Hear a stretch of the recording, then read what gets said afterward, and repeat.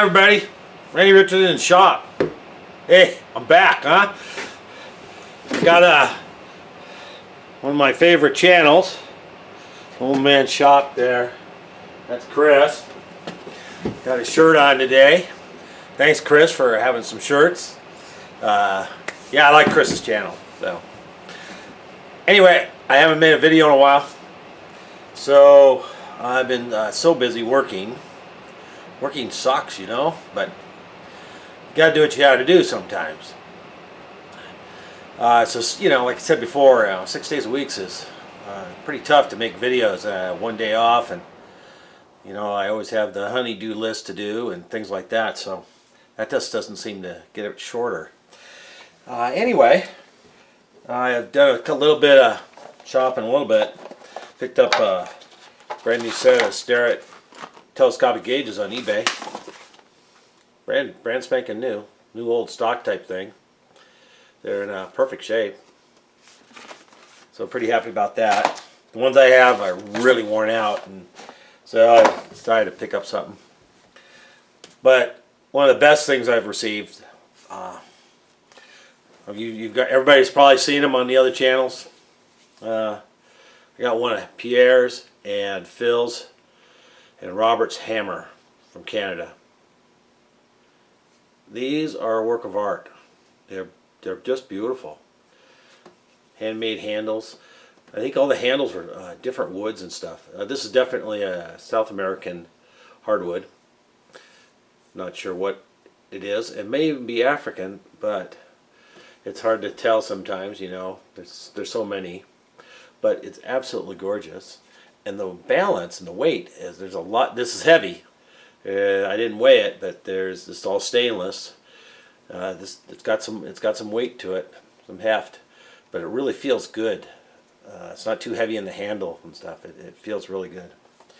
And it comes with some extra hammer heads. I got a stainless one here, aluminum, and UHMW, I think that is. This one's got a Delrin, Acetal, and a brass one on there.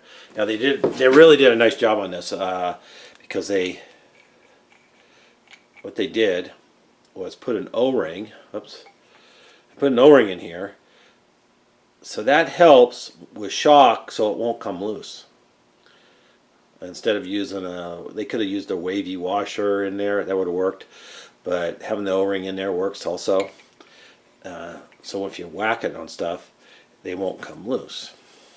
And they did on both ends, so it doesn't matter what end you put a head on. The O-ring, they're O-ring fitted. Oops. Very, very nice. Nice idea. I really feel honored getting one of those. But I'm supposed to show the first whack. There you go. Oh, I just used the Delrin end. Nothing happened. But that's the first whack.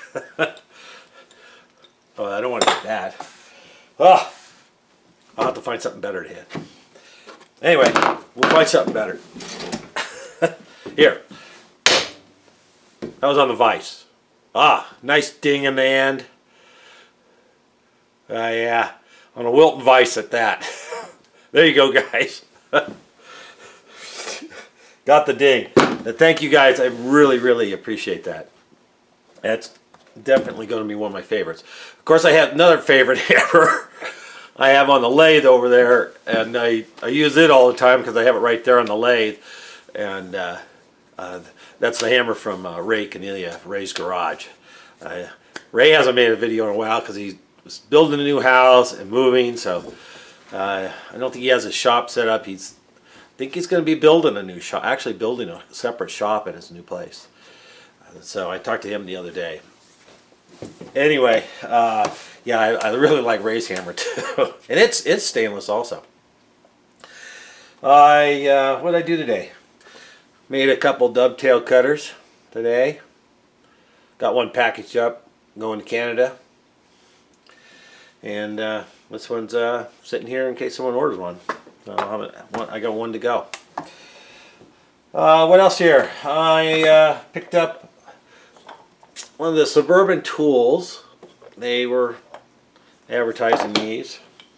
This is a comes in a really nice box. Very nice, all laser engraved there on the top. This is a tense indicator.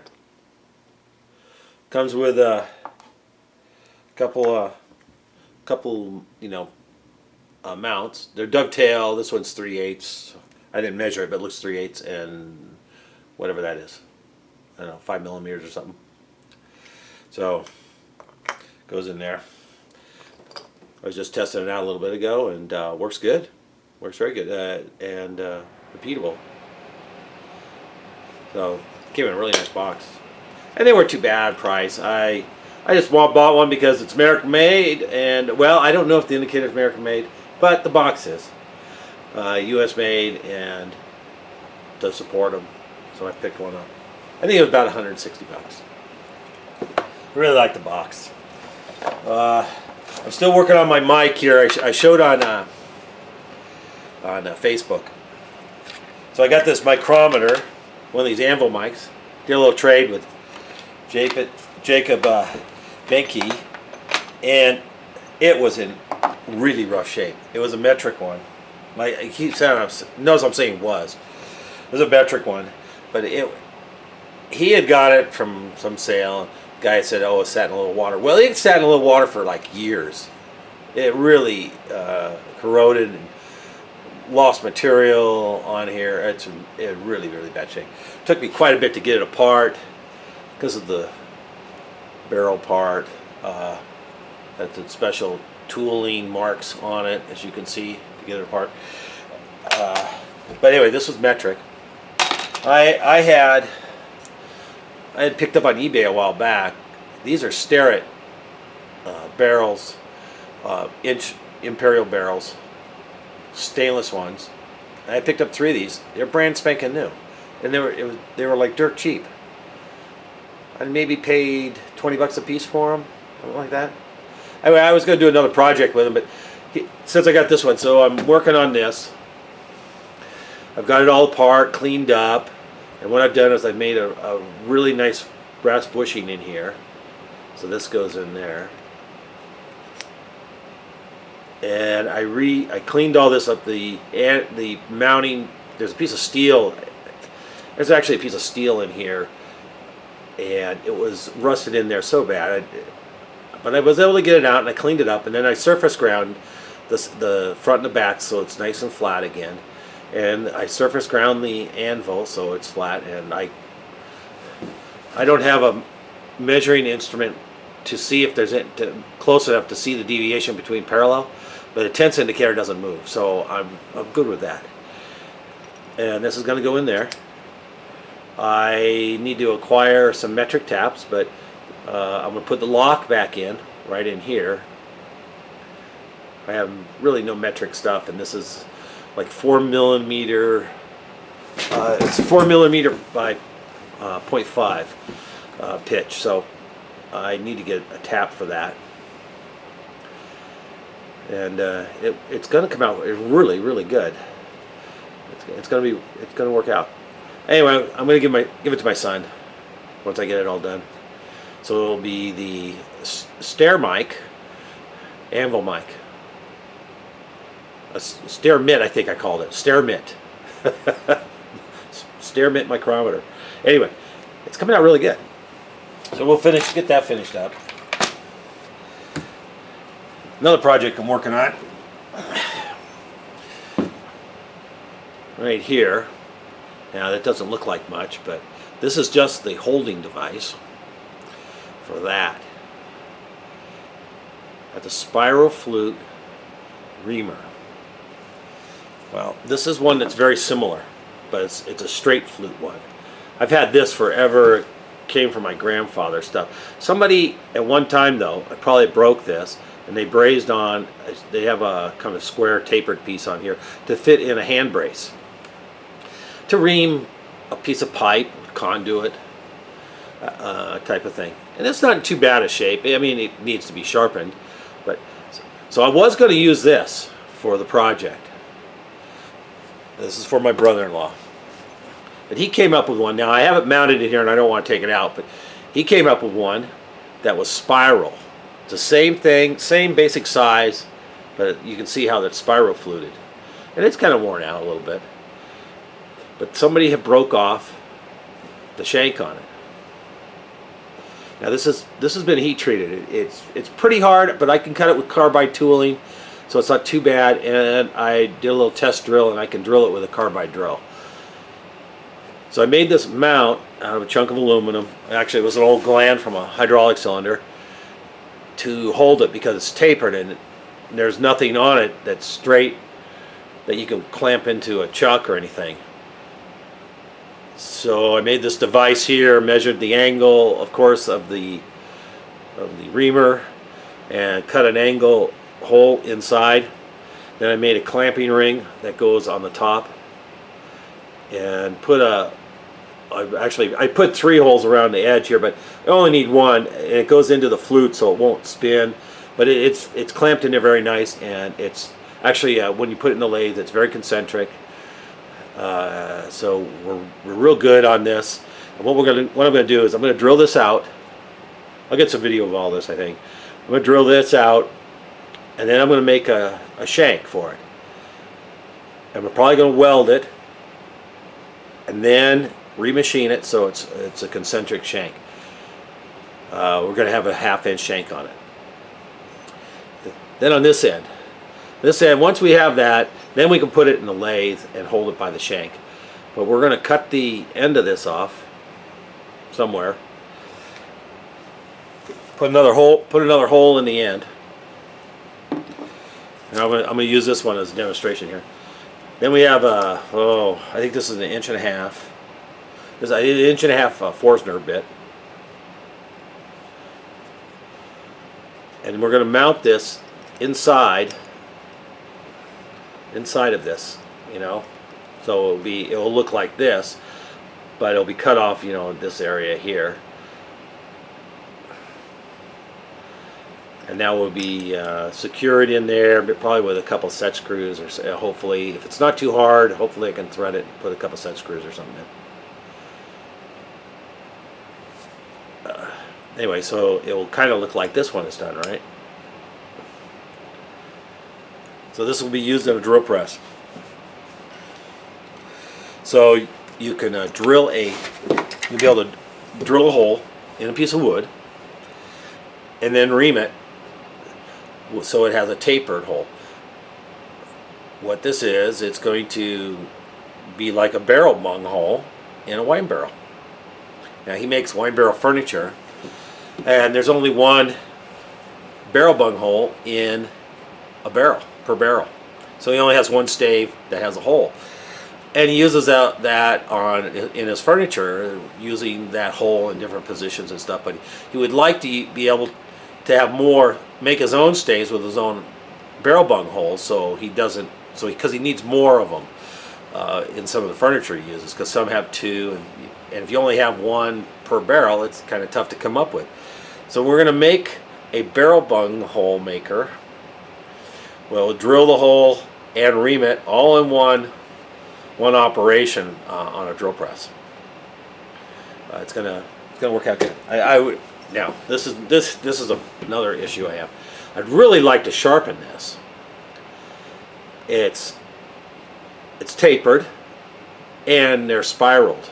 They're not. This one does not have straight flutes.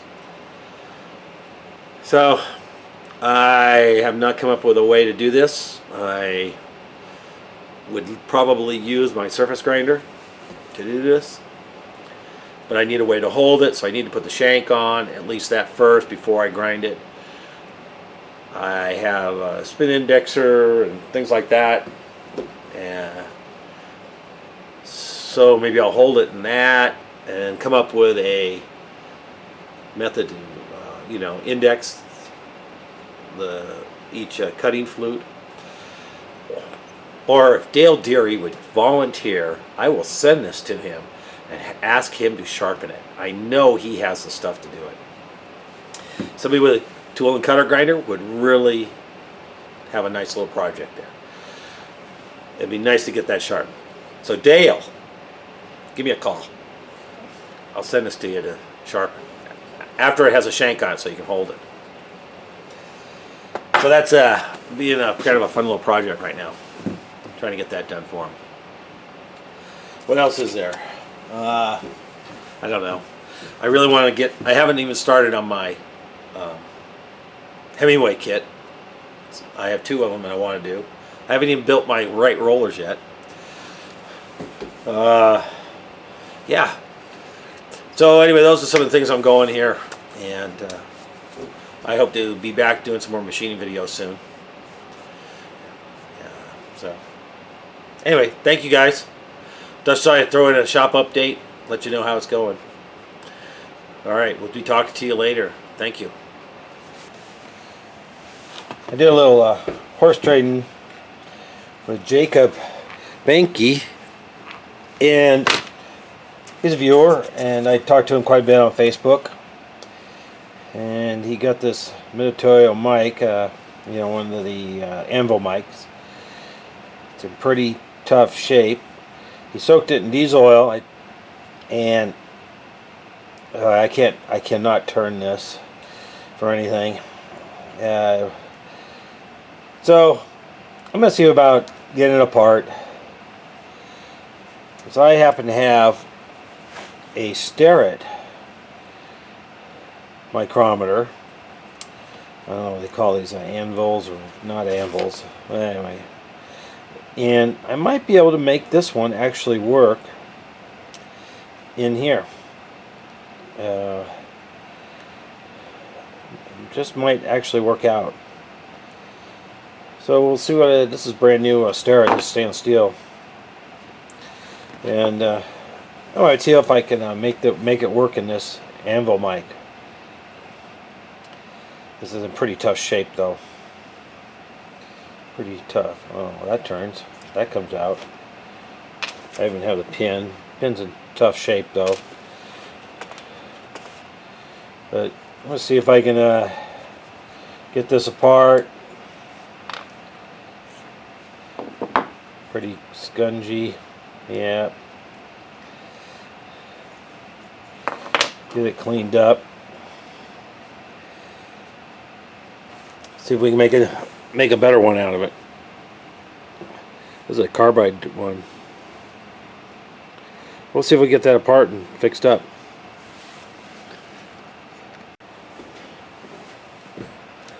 Well, I got this apart. Here, let me get my parts situated better.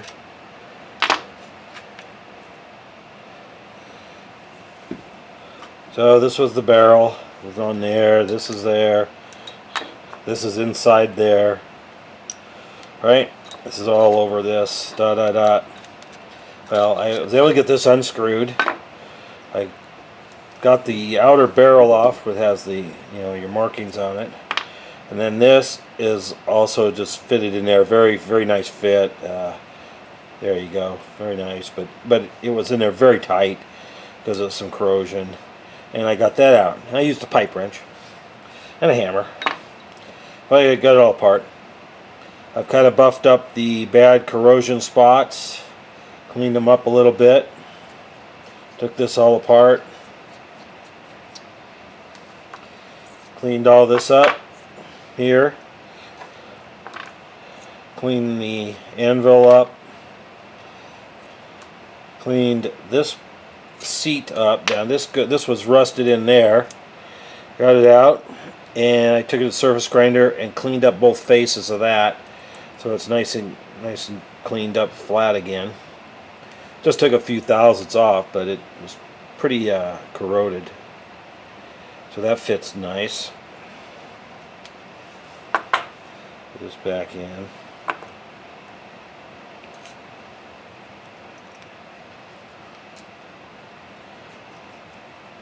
So that's working again, and just kind of Scotch-Brite it and clean this anvil up so that can go in there.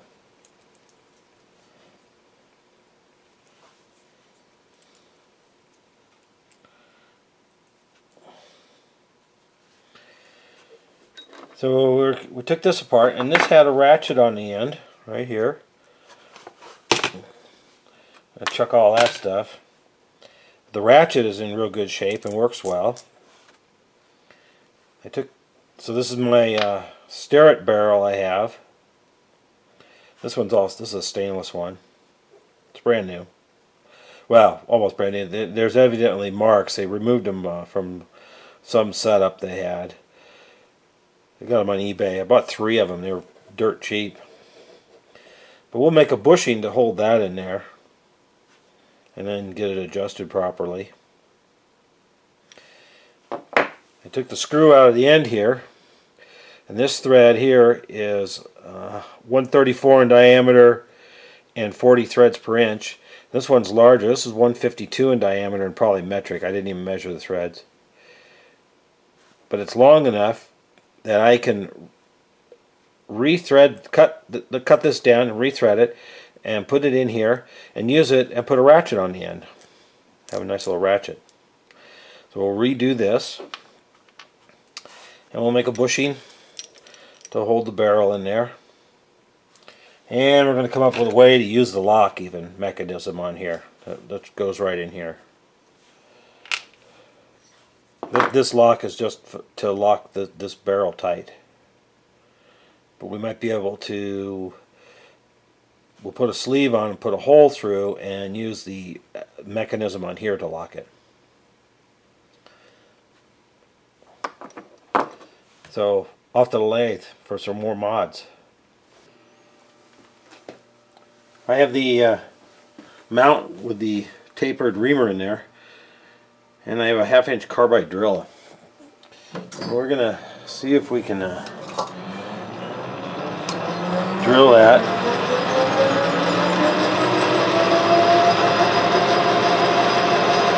I'm going 350 RPM on there.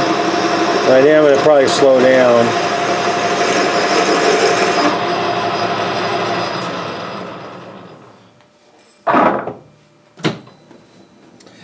Oh, that's really slow.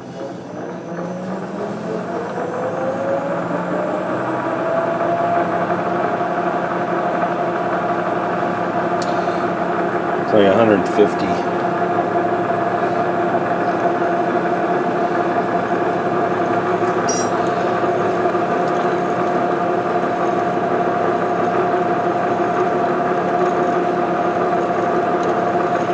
So I'm turning 175 RPM.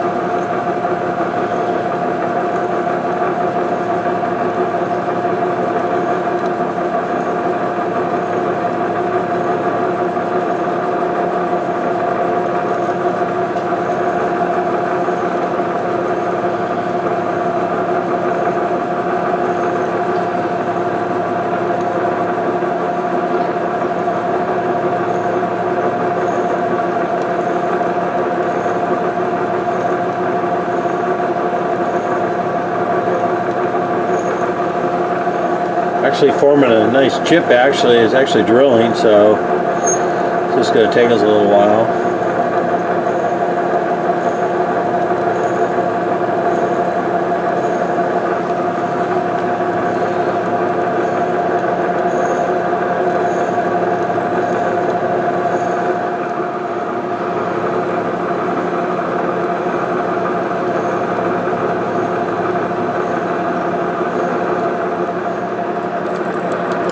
I'm only 3/16 of an inch deep in there, so it's going to be slow going. Actually, the chip that's forming doesn't seem like it's a real hard material, but maybe it's not hard down in the beyond the surface too far. It's maybe not as hard.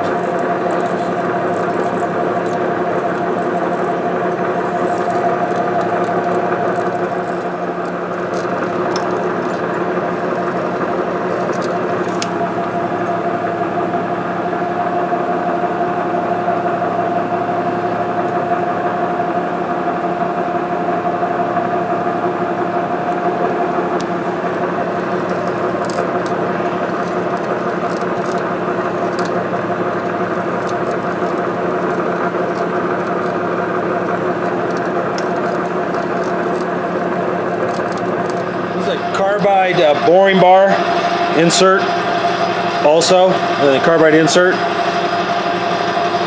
I'm going to straighten out the hole I want to keep it under 5/8. I have some 5/8 4140 material for the shank, and I want to keep it just under 5/8 so I can just do a little machine work on it. And we want to get the hole nice and cleaned up. We'll see if we can bore this out.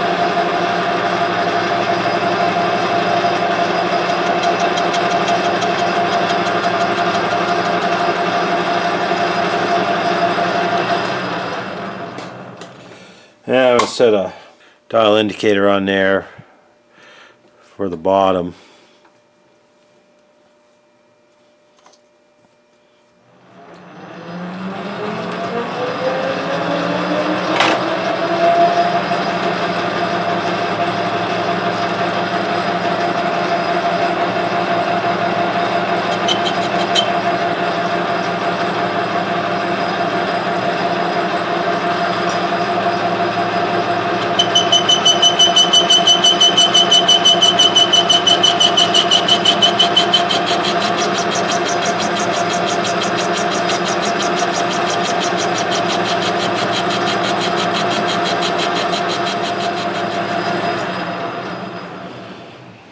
So this first part seems to be pretty hard. The rest doesn't seem to be so hard. So maybe it was just mostly a surface hardness. So I was able to face a little bit more on here. And this is pretty hard. I'm not getting the straightest hole. I'd like it to be better than it is. I'm getting a little bit cut on it.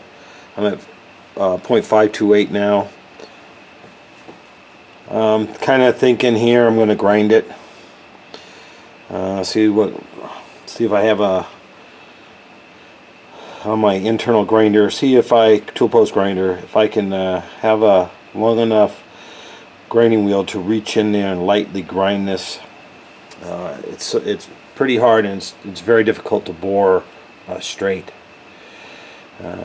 It's not too bad, but I'd like it to be better than it is. So I'm going to look into that.